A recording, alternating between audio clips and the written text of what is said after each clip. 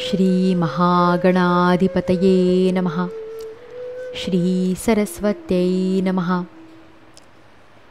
श्री श्री गुरवे नमः. श्रीमद्गुरुदेव दत्तात्रेयाय नमः. नमो भगवते वासुदेवाय. श्रीमद्भागवत महापुराणे दशमस्कन्धे अथाष्टादशोऽध्यायः. प्रलंबासूर उद्धार. श्री शुक म्हणतात, नंतर आनंदित झालेल्या स्वजनांसह त्यांच्या तोंडून आपल्या कीर्तीचे गोडवे ऐकत श्रीकृष्णांनी गाईगुरांनी शोभणाऱ्या व्रजात प्रवेश केला. अशा प्रकारे योगमायेने गोपाळ झालेले रामकृष्ण व्रजामध्ये लीला करीत होते. असाच एकदा ऐन उन्हाळा होता. प्राण्यांना हा तसा विशेष आवडत नाही, परंतु वृंदावनातील स्वाभाविक गुणांमुळे तेथे वसंत ऋतूच वाटत होता, कारण तेथे भगवान श्रीकृष्ण आणि बलराम निवास करीत होते ना. तेथे रातकिड्यांचा कर्कश आवाज झऱ्यांच्या खळखळाटामध्ये झाकला गेला होता. त्या निर्झरांतून सदैव पाण्याचे तुषार उडत असत, त्यामुळे ते वन हिरव्यागार वनराईने शोभिवंत झाले होते. नदी, सरोवरे व झऱ्यांच्या लाटांना स्पर्श करून जो वारा वाहत होता, त्यात पांढऱ्या, लाल, निळ्या कमळांचे पराग मिसळत होते. त्यामुळे हिरवळीने भरलेल्या त्या वनात राहणाऱ्या लोकांना वणवा किंवा सूर्य यांच्या उष्णतेचा मुळीच त्रास नव्हता. नदीमध्ये भरपूर पाणी असे. तिच्या लाटा तटांवर येऊन थडकत, त्यामुळे आसपासच्या जमिनी ओलसर राहत आणि सूर्याचे विषासारखे प्रखर किरणसुद्धा तेथील जमिनी आणि हिरवेगार गवत सुकवू शकत नसत.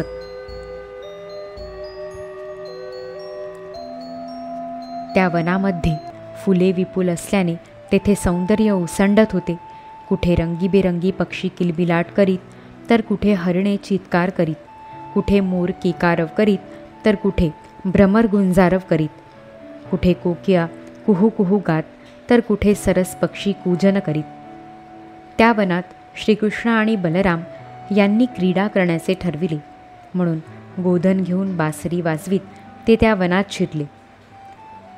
राम, कृष्ण इत्यादी गोपाळ कोवे पाने, मोरपिसांचे गुच्छ, फुलांचे हार आणि गेरूसारखे रंग लावून सजले. नंतर कोणी नाचू लागले, कोणी कुस्ती खेळू लागले आणि काही जण गाऊ लागले. ज्यावेळी श्रीकृष्ण नाचू लागत, त्यावेळी काही जण गाऊ लागत, तर काही जण बासरी व शिंगे वाजवू लागत. काही जण हातांनीच ताल धरीत, तर काही जण वाह वाह वाह वाह म्हणत. परीक्षिता, त्यावेळी नट जसे नायकाची प्रशंसा करतात, त्याप्रमाणे देव गोपांचे रूप धारण करून तेथे येत आणि गोप जातीमध्ये जन्म घेऊन लपून राहिलेल्या बलराम व श्रीकृष्णांची स्तुती करू लागत.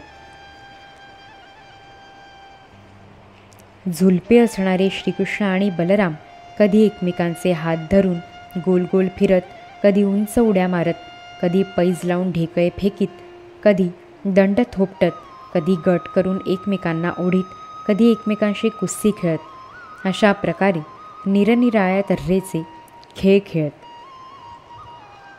हे राजा, कधीकधी जेव्हा इतर गोपाळ नाचू लागत, तेव्हा स्वतः रामकृष्ण गात किंवा वाजवीत किंवा शाबास शाबास म्हणून त्यांची प्रशंसा करू लागत. कधी एक दुसऱ्यावर बेल, जायफळे किंवा आवळे हातात घेऊन फेकीत, कधी लपंडाव खेळत, कधी एकमेकांना शिवण्यासाठी पुष्कळ लांबपर्यंत पळत जात, तर कधीकधी पशुपक्ष्यांच्या नकला करीत, कधी बेडकांप्रमाणे उड्या मारीत चालत, तर कधी वाकुल्या दाखवून एकमेकांची थट्टा करीत, कधी झाडावर दोराचा झोका तयार करून झोके घेत, तर कधी राजाचा खेळ खेळत. अशा रीतीने सामान्यपणे मुले जे खेळ खेळतात, तसलेच खेळ ते वृंदावनातील नदी, पर्वत, दऱ्या, कुंज, वन, सरोवर वगैरे ठिकाणी खेळत.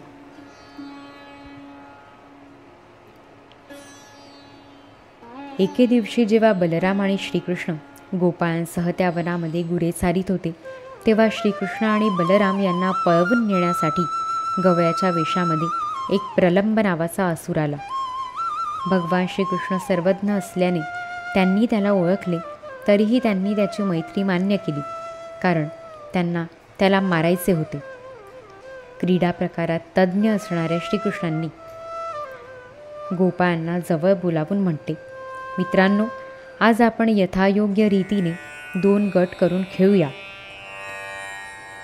गोपाळांनी त्या खेळासाठी बलराम आणि श्रीकृष्णांना नायक बनविले. काही जण श्रीकृष्णाचे तर काही जण बलरामाचे साथीदार झाले. नंतर ते वाहून नेण्याच्या प्रकाराचे पुष्कळ खेळ खेळले.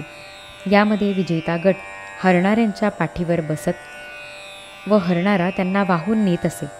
अशा प्रकारे वाहणारे व वाहिले जाणारे असे दोन्ही गट श्रीकृष्णांच्या नेतृत्वाखाली गोधनाला चारीत भांडीरक नावाच्या वडाच्या झाडाजवळ जाऊन पोचले. परीक्षिता, एकदा बलरामाच्या गटातील श्रीदामा, वृषभ इत्यादी मुलांनी खेळामध्ये बाजी मारली, तेव्हा श्रीकृष्ण वगैरे त्यांना आपल्या पाठीवर बसवून वाहून नेऊ लागले. हारलेल्या श्रीकृष्णांनी श्रीदाम्याला आपल्या पाठीवर बसवून घेतले. भद्रसेनाने वृषभाला आणि प्रलंबाने बलरामांना.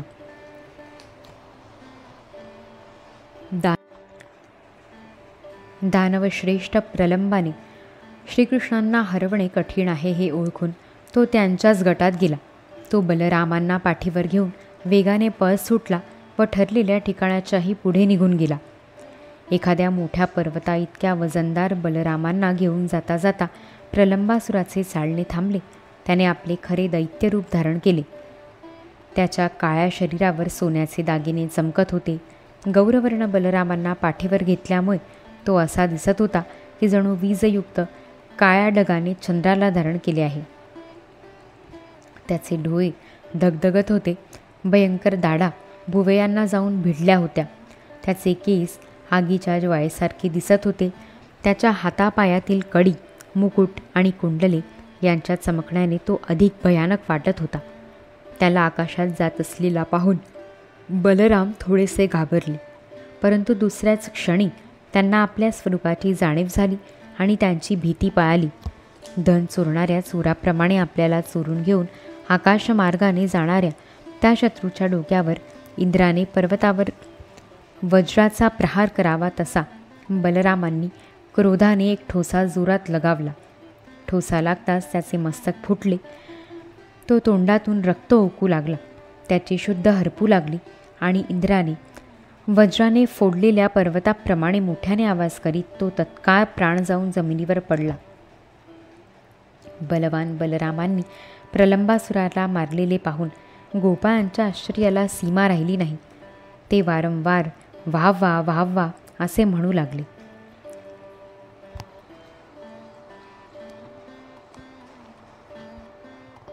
गोपाळांची मने प्रेमाने भरून आली. ते त्यांच्यावर शुभेच्छांचा वर्षाव करू लागले आणि मरणाच्या दारातून जणू परत आलेल्या त्यांना मिठ्या मारून स्तुतीला पात्र असणाऱ्या त्यांची प्रशंसा करू लागले. दुष्ट प्रलंबासूर मेल्यामुळे देवांना अत्यंत आनंद झाला. ते बलरामांवर पुष्पवर्षाव करून त्यांची शाबास वाह वाह म्हणून प्रशंसा करू लागले. अध्याय 18 समाप्त. इति श्रीमद्भागवते महापुराणे पारमहंस्या संहिताया दशमस्कन्धे पूर्वार्धे प्रलम्बवधो नामाष्टादशोऽध्यायः.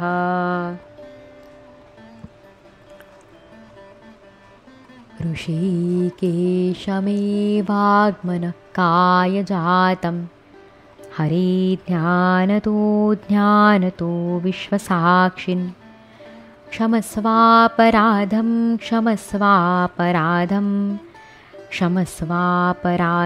प्रभो क्लिन्नचित्त. श्री सद्गुरु चरणारविन्दार्पितमस्तु. गोपाल कृष्ण भगवान की जय.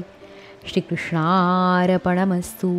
अवधूत चिंतन श्री गुरुदेव दत्त.